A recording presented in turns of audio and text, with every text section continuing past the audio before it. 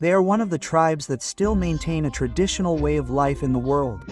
Using their hands to eat and relying on hunting, they rely heavily on natural resources and animals around them to survive.